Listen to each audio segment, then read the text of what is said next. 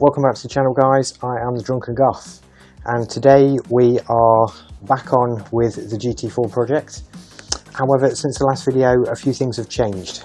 We do now have another project coming up, so we are going to have to enforce a little bit of a budget on the GT4.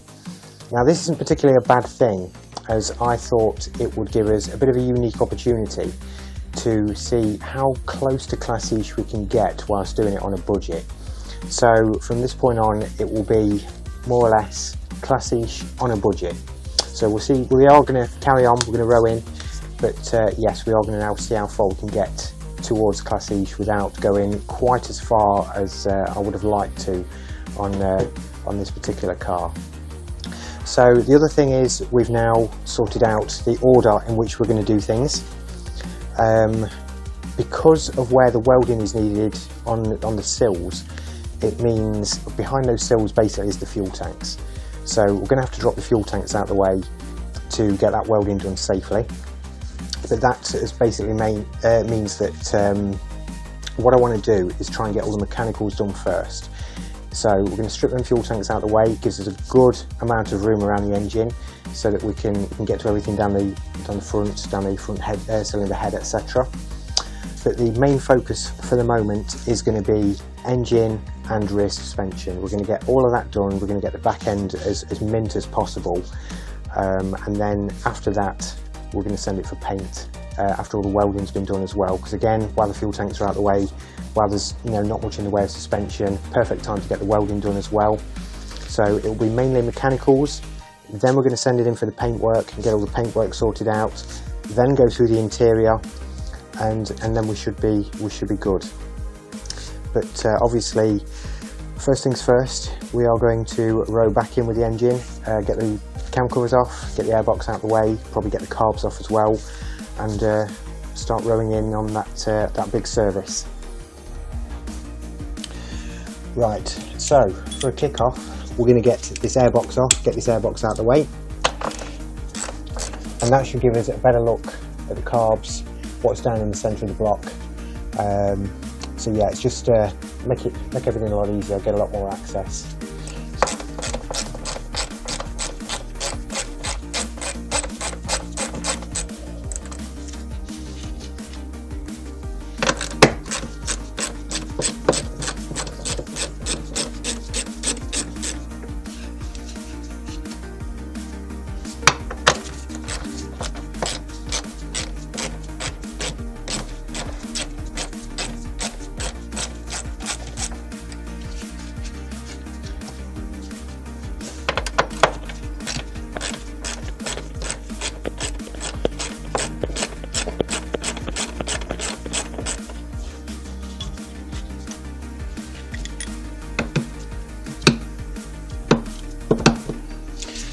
Not been off in a while. So under here we have the air filter and then the trumpets that are on top of the carbs.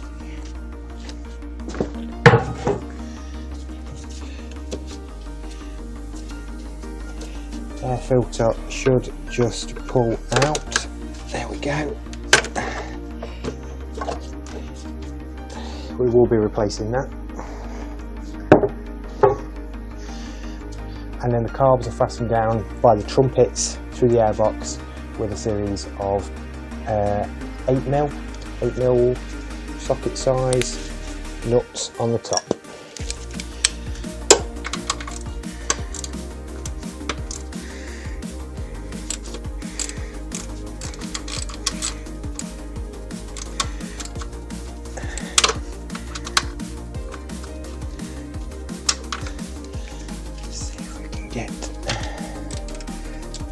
They are a little bit tricky to get at.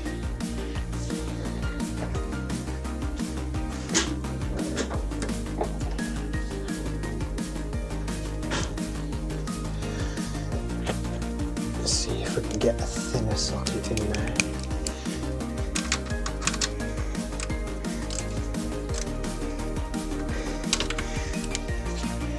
Unfortunately, the recess on the edge of the trumpets here it's not quite enough to get a socket down. It did used to have a socket that we'd made ourselves, but unfortunately not anymore, so they are quite tricky to get at.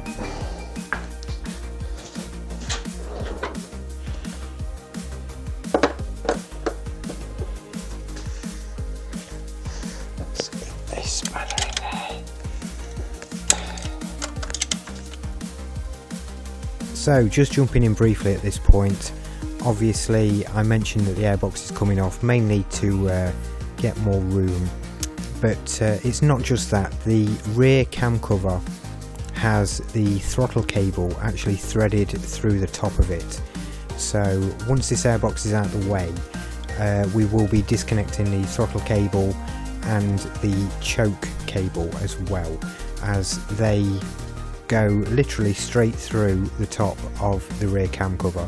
So if we want to get that rear cam cover off, we are going to need to disconnect that, as well, as that is all underneath the airbox. And it's probably important to note as well that while the airbox is off, as you can see, the state of it's not brilliant, so we will be sending that away to be blasted, have that firing order plate taken off, and then I will re-crackle paint it so that it looks as good as new.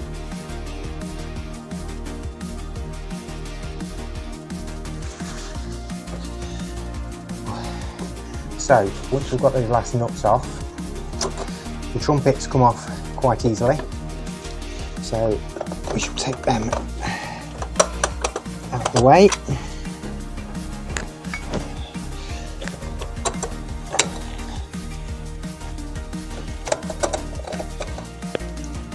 And we have a hose down the side which also needs to come off.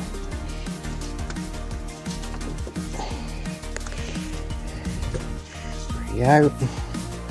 And we have to be a little bit careful when taking the airbox off, as underneath these rubber gaskets there is little top hats, and of course we don't want anything falling down into the carbs.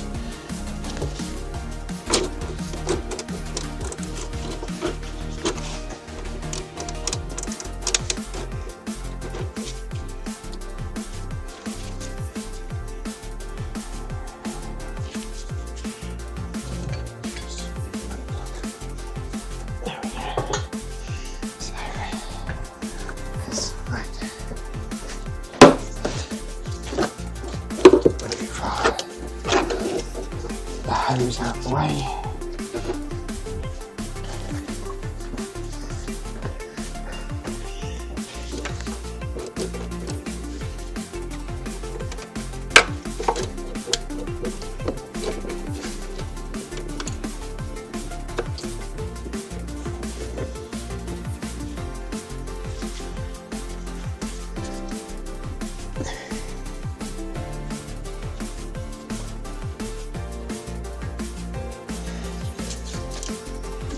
Hose by, and there we go.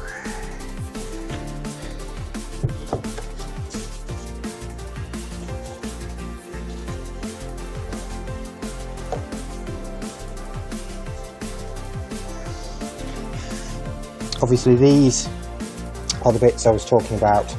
They go into the rubber gaskets. You just have to be a little bit careful that you don't lose any, because as you're trying to wriggle the airbox off, they do come off quite easily.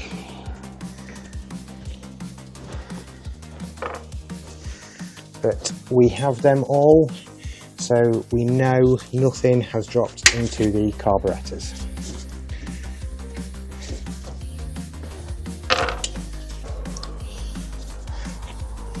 So now that we've got the airbox out of the way, next thing is we're going to get rid of these leads, take the distributor off, and just start creating a little bit more room to work around.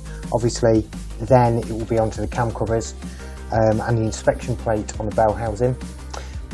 We'll then get it, make sure the timing marks are all good, make sure everything lines up. Obviously at that point then cam covers and the belt guards will be being polished. They'll be being brought back to nice shiny silver.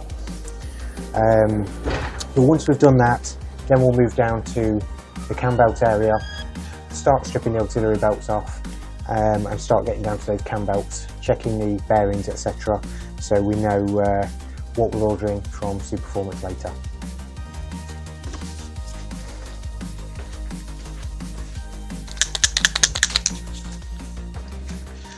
Always important to mark the distributor so that when it goes back on we can get it roughly in line before we have to get the timing light out to make the final adjustments to the timing.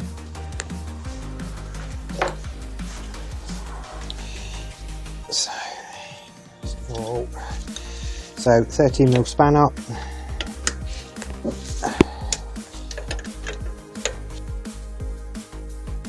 so you may have noticed that I've not taken the distributor cap off yet at this point. Basically, I know the rotor arms underneath can be a little bit fragile, so I've always found it prudent just to leave the distributor cap on at this point, so that when you remove the distributor you're not suddenly banging the rotor arm into the side of the engine bay or anything like that. Even though it's probably going to be replaced, we don't want to damage it at this point. Obviously the distributor will be rebuilt, we will replace all the points etc inside, but obviously at this point we just want to keep it safe just till it's out of the way, and then we can strip it down separately once it is on the bench. And then we can pull these plug leads out. The extensions, obviously, that I've talked about in a previous video, being a common issue if you get a misfire.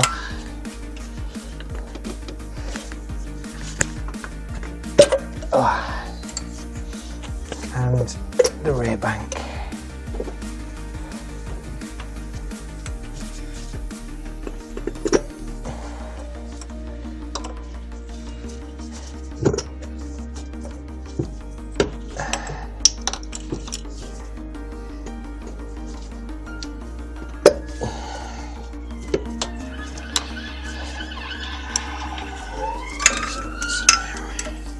Now we can take those out of the way.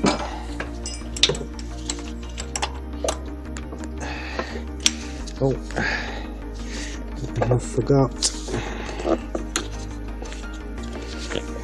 about the leads. Again, easily done.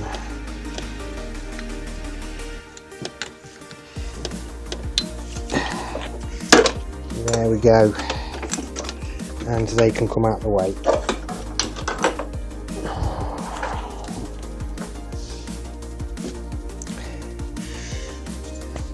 So now we've got all the HT leads out the way, we've got that distributor out the way, we can move on to getting these cam covers off.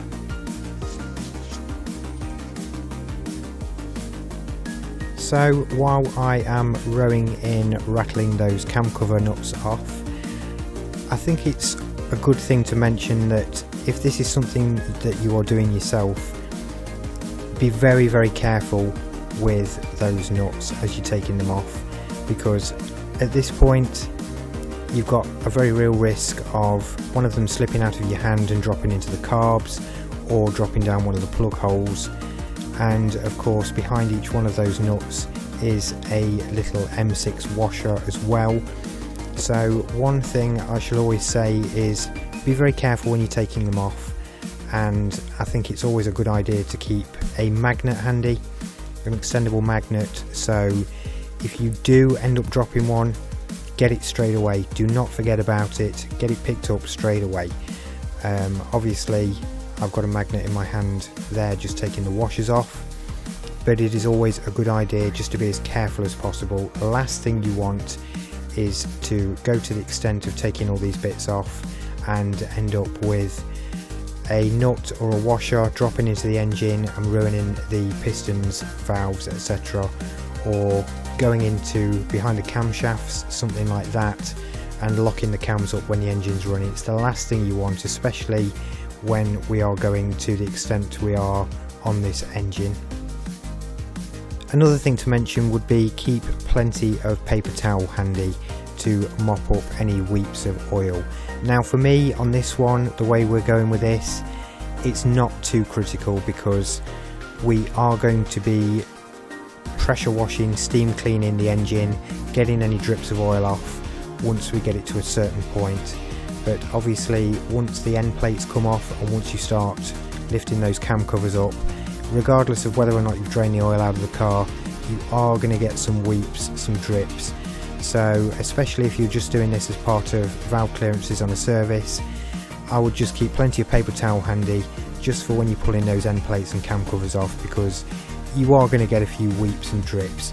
So you just want to be ready to clean it up. So if you are working on a car, on an engine that is already in very good looking, stunning condition, the last thing you want is to suddenly think, oh bloody hell, I've done something wrong, I've developed an oil leak, because you know you've seen a couple of drips hit the floor or run down the block towards the gearbox or off the diff or anything like that.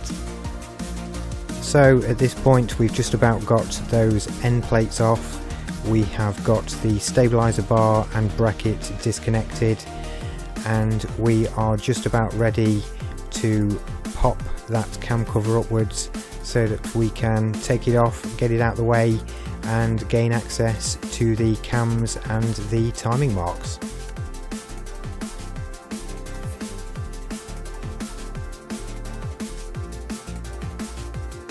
So this should be first cam cover ready to come off. Again, it's likely with a bit of persuading. There we go. That wasn't too stressful.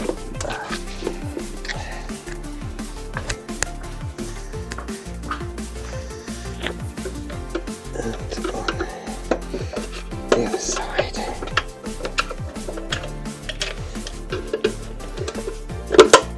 Now a little bit fiddly.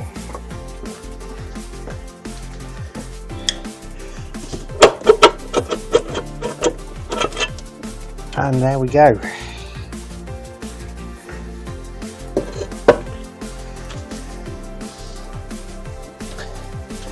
So this obviously will be repeated on the front bank, but as you can see at this point now, we can see the timing marks on the end of the cam. I will do a close-up of that in a moment just so you can see a little bit better. And what we'll do is we'll line up all 4 cam timing marks with the flywheel at the end, which has got to be set on PM14. We will just quickly slip the distributor back into place as well. So again, everything's as close to TDC top dead centre as possible. So all the timing marks are all lined up. And then we'll move round to the belt guards, start stripping the belt guards off. So we can get down to those cam belts. So these are the timing marks we're looking at, notch in the cam and a notch just in the end there. So that is what we're looking for to line up on each one of the cams.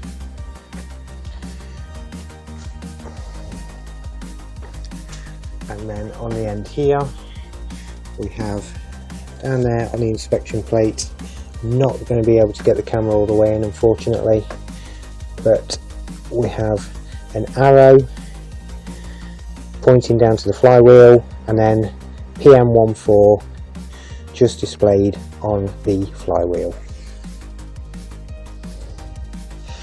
So next up in here we'll be removing this water pipe, disconnecting it at this hose up here. That will allow us to manoeuvre it downwards out of the way. Then we are going to take off the aircon pump, drop that out of the way. Obviously there's a tensioner there for the belt that's on it, and then of course the water pump and alternator belt. Get those auxiliary belts out of the way to give us access to these belt guards for the cam belts. So we are going to do our best to make sure the camera can just about see what we're up to in here. and we are going to loosen the tension off for a start and get the tension off that aircon belt. So I am just going to jump in here and apologise for the angle of the camera.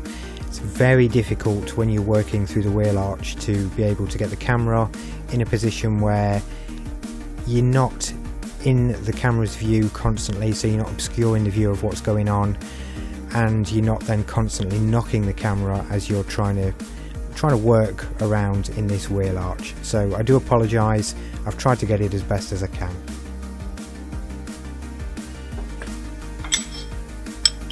Of course, we always subscribe to the policy of, if in doubt, get a bigger ratchet on it. There she goes.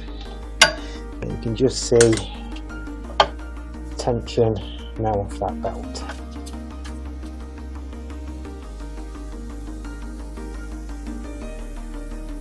So diving back in with a little bit more time lapse, it is a bit of a fiddle working in the arch and getting these bolts out. Obviously you're sort of constantly switching between different spanners or ratchets, trying to get them out with your fingers and then realising it's gone tight again on the threads. So it is a bit of a faff. So I'm sure nobody wants to hear me complaining and heavily breathing as I'm desperately trying to row in and get a lot of these bolts out. So we'll dive back in with a little bit more time lapse. It's relatively boring anyway, but of course it's always worth showing you exactly what's involved, what goes into this job. Obviously we are going a bit further than just cam belting it, but essentially what we're doing at the moment would be done on any cam belt service when you take a 308, 328 in for a cam belt service. This is the general sort of process that most specialists and dealers will go through when they are cam belting your Ferrari.